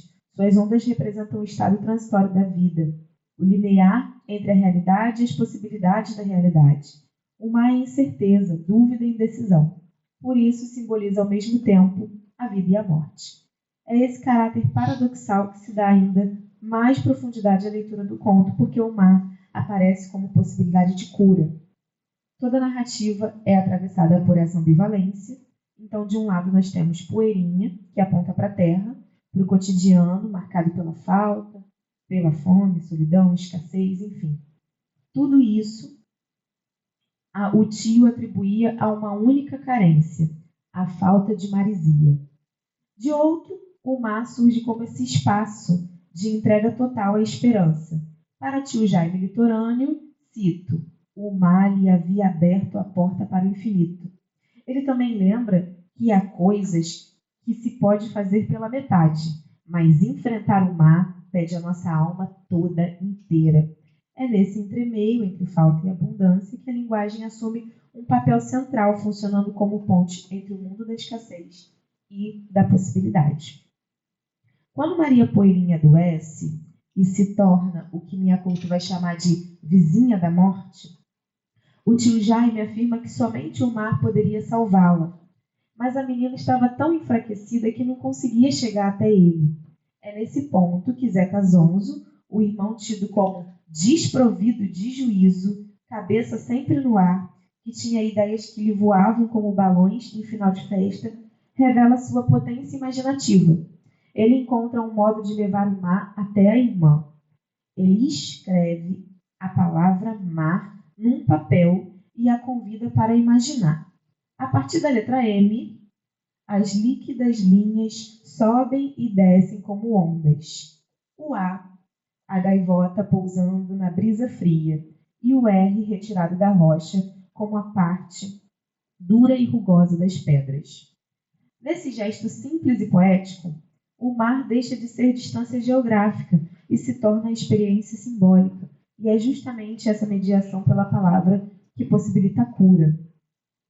Ao ampliarmos o olhar para além da narrativa, percebemos que Maria Poeirinha pode ser lida como a representação simbólica de muitas Marias de Moçambique, meninas e mulheres que foram reduzidas a pó no pós-guerra, tanto durante a luta de libertação quanto na guerra civil que se seguiu. Poeirinha encarna essa infância fraturada, vulnerável, que tenta sobreviver às marcas deixadas pelos conflitos e pela escassez. Já o tio Jaime litorâneo assume o lugar do mais velho, que precisa ser escutado. Ele é a figura que carrega em si sabedoria ancestral, uma voz que conserva memórias, tradições, formas de perceber o mundo que não cabem nas lógicas coloniais e ocidentais.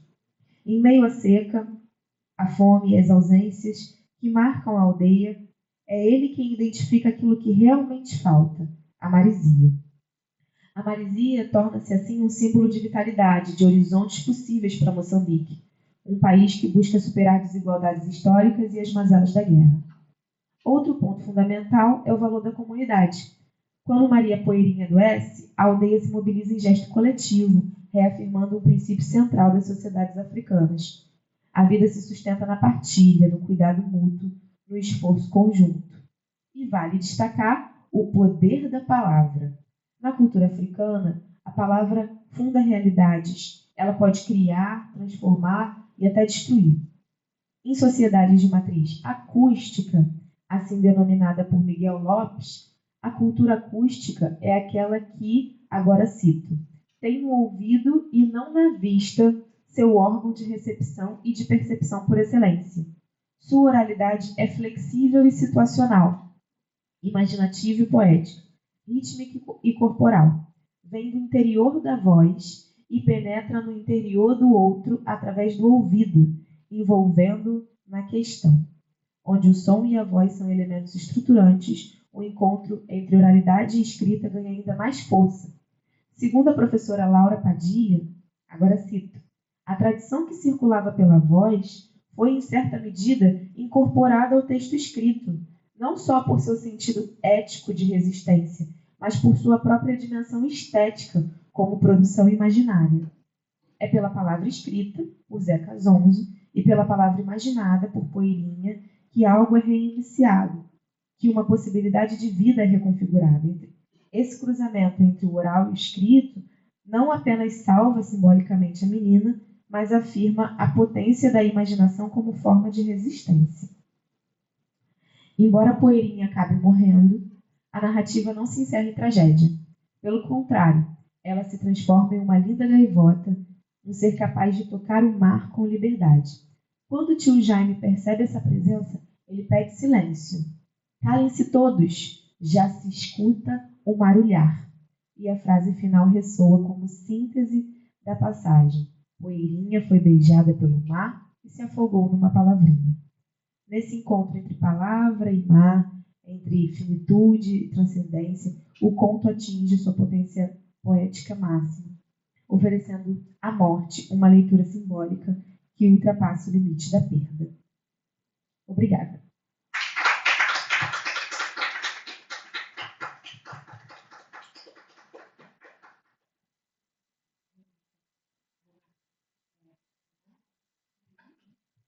Bom, agora a gente vai abrir para as perguntas. Eu acho que o público pode perguntar, mas a gente que é da mesa também pode tirar dúvidas. Eu saio anotando coisas de todo mundo. E agora eu passo para o público. Tem alguém que gostaria de fazer alguma pergunta para algum dos apresentadores da mesa?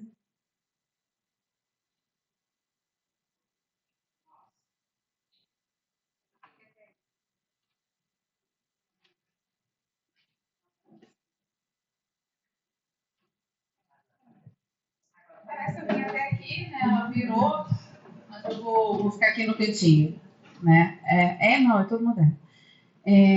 Na verdade, esse era um comentário, né, mais geral e uma ideia que me apareceu justamente ouvindo as falas de vocês em sequência, né? No caso, partindo do texto da Suyá, que é uma literatura colonial, é uma literatura mais antiga, toda imbuída ali daquela orientação mesmo de dominação, a gente começa a ver uma animalização muito grande do elemento nativo africano, né? Uma animalização que vai estar presente no seu texto de uma literatura colonial, que vai estar presente no texto da Mariana, né? Esses trabalhadores rurais também são animalizados, também estão ali de uma forma ou outra numa condição subhumana, mas nos dois textos mais, digamos assim, contemporâneos ou em espaços mais contemporâneos, que são o do Agualusa e o do Minha Couto, ou a gente vai ter uma animalização de um elemento positivo, né? Lá na Rainha Ginga, os seus soldados viram tigres e tem toda uma fabulação em torno disso. E no caso do Minha Couto, embora a Maria Poeirinha seja, né, comparada ali, objetivada como uma poeira, como algo pequeno, isso não é de todo modo negativo. Você tem uma poeticidade, você tem uma outra carga simbólica em relação a isso. Então, eu queria que vocês pensassem nisso um pouquinho e falassem um pouco dessa passagem de uma animalização, de uma reificação muito marcada pelo negativo e depois, né, uma positivação disso em textos mais contemporâneos, uma espécie de reversão. Né? Não sei. Comentário. Ainda bem que o comentário não é pergunta.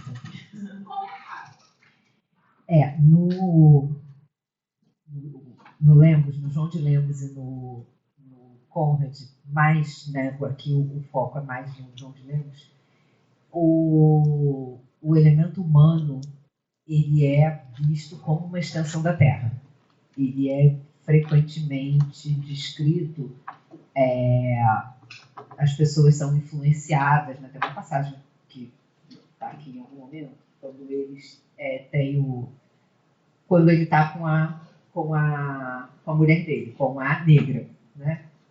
Por acaso eu só coloquei passagens da negra e não botei da mulata, mas eles são influenciados pelos eflúvios da terra, né? Que ele diz.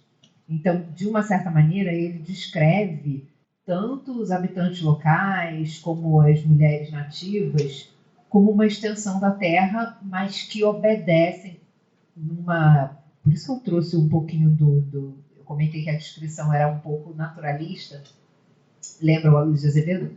Como uma espécie de influência da terra. Eles obedecem a esses eflúvios, né? Por isso essa animalização.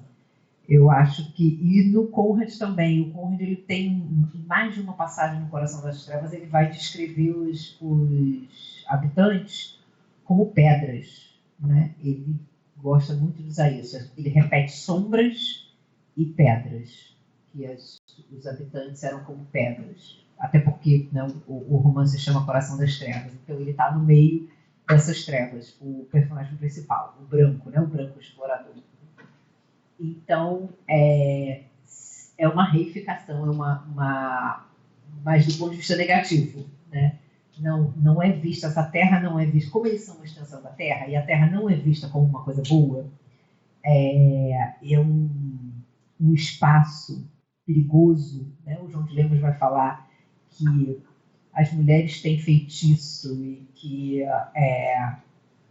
ele precisa, a personagem negra, a primeira mulher dele, ela vai cuidar do branco para que ele não pegue feitiço. Então, como não é visto de uma maneira sob um prisma bom, então a ligação com a terra desses personagens também não vai ser positiva. Por isso que eu acho que como você disse, essa animalização, essa reificação, nessa fase da literatura colonial, ela não tem o mesmo valor que vai ter depois na literatura contemporânea, quando isso vai ter uma virada de chave. E no caso dos romances, né, que eu estou trabalhando, tem essa animalização, mas é numa pegada diferente, porque não é reforçando o discurso, não é sobre um prisma colonialista, pelo contrário, é de denúncia, o narrador falando, olha como eles são vistos dessa maneira. Então, sempre que aparece, por exemplo, essa fala que eu trouxe que a Terra veio com uns tantos animais de pernas e braços, né, como o torrão, as raízes, é uma visão, na verdade é um discurso indireto ali do narrador, mas retomando a ideia do latifundiário. Então, é um romance de denúncia mesmo, né, um discurso de denúncia. Aí eu acho que já começa a mudar, né? Tem até uma realidade aqui nessa mesa, né? Desse discurso. Que eu não tinha nem parado para pensar. Renata é maravilhosa, mas é isso. Não, eu sei, eu tenho tempo e tal, mas estou pensando nessa coisa da animalização, do exótico, né? Que eu não tinha pensado nesse ponto, e essa citação é uma citação que eu gosto bastante, porque retrata justamente isso, essa denúncia. Não é uma coisa de eu, narrador, estou concordando com isso, que é diferente da literatura colonial que a gente ficou vendo aí, né, no semestre passado. E aí é isso, você. Não, então, eu atribuiria ao olhar de quem escreve, no caso, né, quer dizer, o olhar colonial em tom pejorativo, como a Suyá falou, como a Mariana colocou também. E o olhar emancipatório, ou seja, o olhar de escritores locais, né, eles têm, inclusive, o filtro de determinadas vivências e fábulas da oralidade local, né, que são ressaltadas, recriadas e recolocadas no contexto. Aí tem até uma inversão curiosa, né? Na fase colonial, o homem comparado ao animal de forma pejorativa, e numa fase mais emancipatória, o animal com poderes humanos, digamos assim, características humanas, numa forma mais positiva e de certa forma, deixando alguma lição de vida, alguma coisa, né? Como parte da produção oral dos países africanos. Eu anotei aqui que foi uma sorte, né? Ter feito esse movimento, assim, meio cronológico mesmo, histórico, da gente já ter ouvido e fazendo esse passeio mesmo pelo tempo. Porque a gente parte lá de uma lógica onde o ser humano negro não era considerado ser humano, né? E aí a gente vai ampliando a conversa aqui na mesa, até a gente chegar na última apresentação, onde a gente está diante de uma protagonista criança, que também é um outro ser que até pouco tempo não tinha assim, espaço, voz, protagonismo. A gente também está diante de literatura feita para criança, que também assim, de uma lógica burguesa, não é tão recente assim, né? Mais ou menos, mas faz a gente pensar também nesse ser, nesse elemento humano que,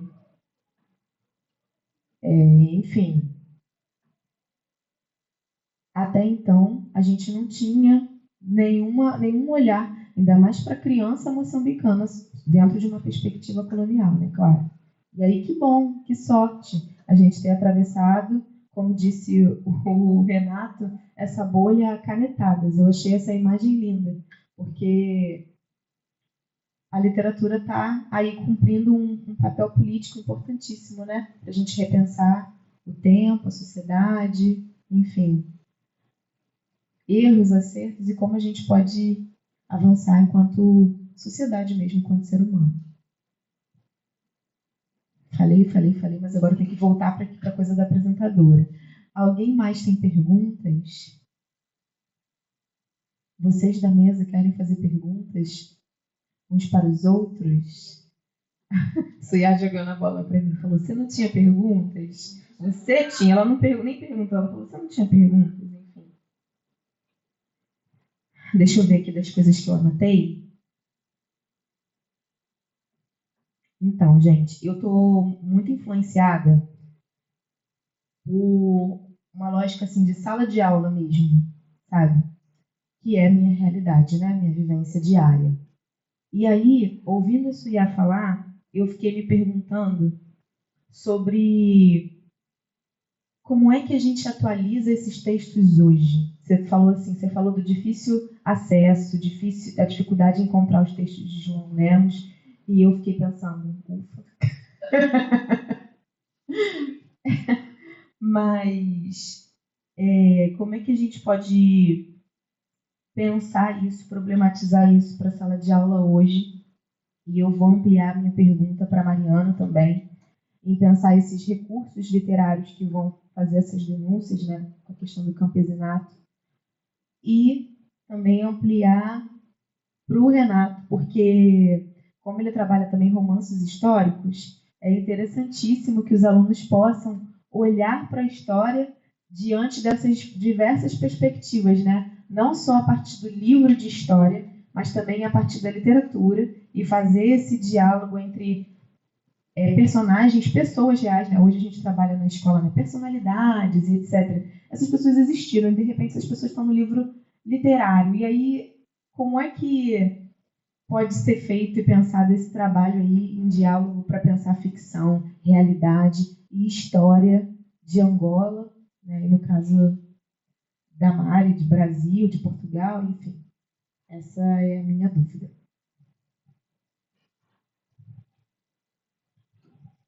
A gente fez piada sobre a dificuldade de encontrar o João de Lemos, ainda bem. O conto em questão, Negra e Mulata, não é um conto que a gente trabalharia na educação básica, né? Ele foi um conto que a gente estudou no âmbito da crítica literária, e aí a gente já tem um olhar mais aguçado. Mas o mais importante que me parece desse trabalho é o trabalho do Francisco Noa em identificar, não especificamente na literatura colonial, essas características. A gente sabe que essa literatura é permeada por preconceitos, né, e por essa colonialidade e esse desejo, esse olhar de dominação que o Said fala. O mais importante que me parece no trabalho dele é identificar que essa colonialidade, ela perpassa diversos momentos literários, que é o que ele vai falar. Essa colonialidade, ela pode estar no clássico, no neoclássico, no naturalismo, no romantismo, em todos esses movimentos. E aí, quando eu penso em educação, mais do que pensar o João de Lemos, que não é um autor que a gente trataria na educação, mas é pensar o que resta do João de Lemos e da colonialidade nos livros e textos que a gente ainda trabalha em sala de aula, na educação. Porque é o que o Noa explica. Esse olhar ocidental para esse outro colonizado, ele atravessa o tempo. E ele também vai atravessar... aí ele não vai falar sobre isso, porque ele está focado na literatura, mas a gente ampliando, já que a ideia é ampliar, esse olhar também vai atravessar outras manifestações artísticas. Não é só a literatura que vai ter esse olhar da colonialidade. A gente pode pensar nas artes plásticas, no cinema, em outros campos, sobre como esse olhar colonial vê essas outras populações. Porque o Said está falando sobre o Oriente, o Noa está falando sobre o Moçambique, o Fanon vai pensar nas Antilhas, enfim. Cada um está pensando um espaço, mas a gente também pode pensar, foi aí que eu trouxe o Aloysio de Azevedo, sobre como as Américas também são esse espaço visto pela colonialidade. E aí, no nosso caso, né, o nosso espaço também também é retratado na literatura como esse espaço do exótico, do desconhecido, visto preconceituosamente. E pensando nas artes mais contemporâneas, que textos a gente leva para a sala de aula, como que a gente olha para os textos antigos, esses clássicos que a gente trabalha na educação, e também em outras artes, no cinema, como que a gente vê essas populações do Oriente Médio, como que a gente vê as populações de África, como que a gente vê as populações indígenas nessas abordagens. Ou continua existindo esse olhar colonialista que o Noa vai usar, ou a gente já está olhando de outras formas?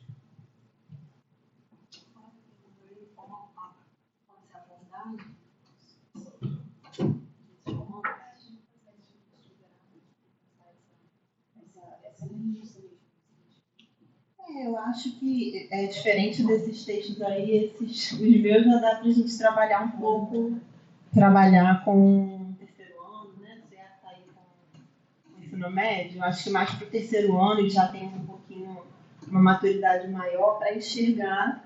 E acho que é como ela falou, assim, é um meio de olhar isso, de olhar essas estereotipagens, né? Esse discurso.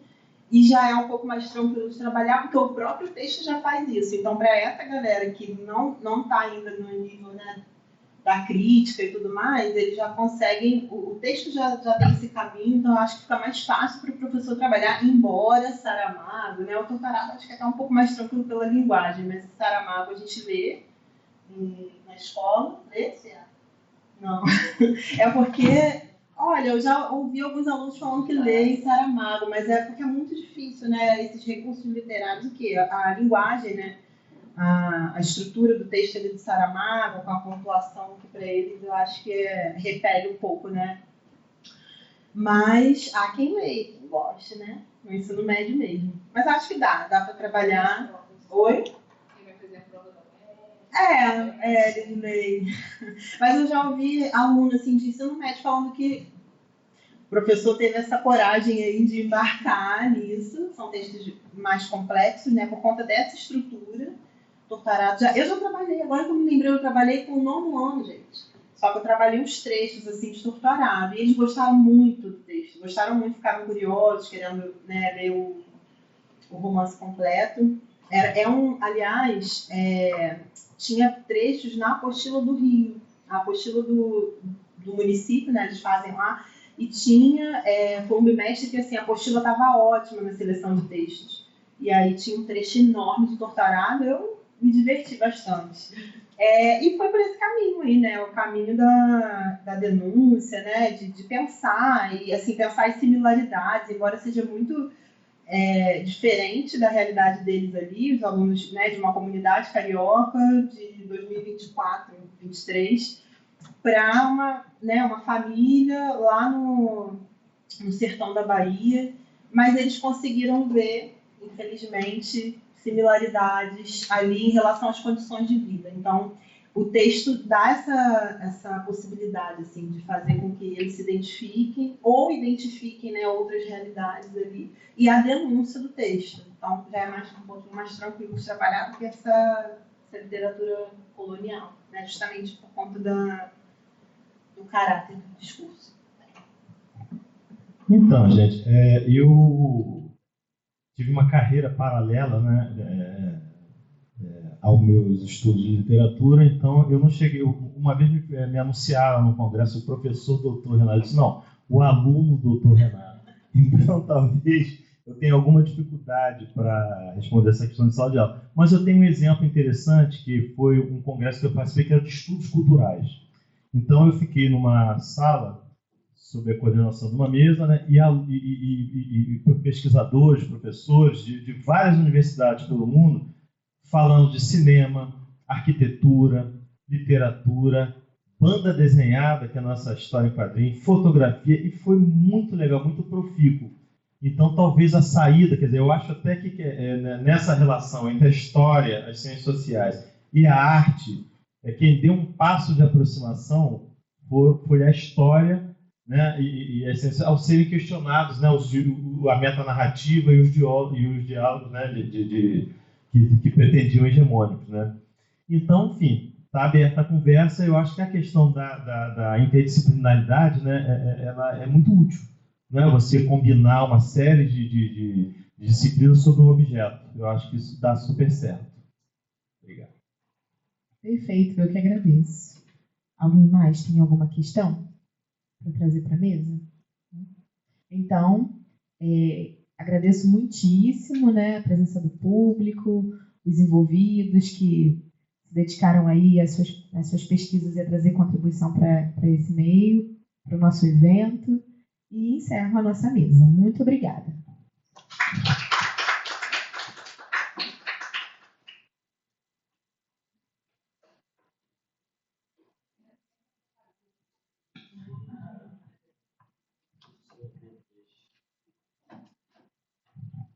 Eu agradeço novamente a presença de vocês, pelas falas, pelos comentários, né, pela nossa troca aqui, e convido a todos para estarem aqui amanhã ou para assistirem depois as duas últimas mesas dessas sessões de comunicação, desses nossos primeiros painéis.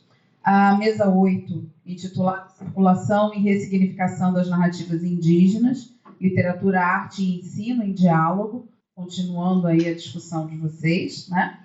E a mesa 9, Oralitura, Identidade, Transculturalidade e Invisibilidade, o entrelugar como vestígio colonial nas literaturas brasileiras, luso-angolanas e congolesas.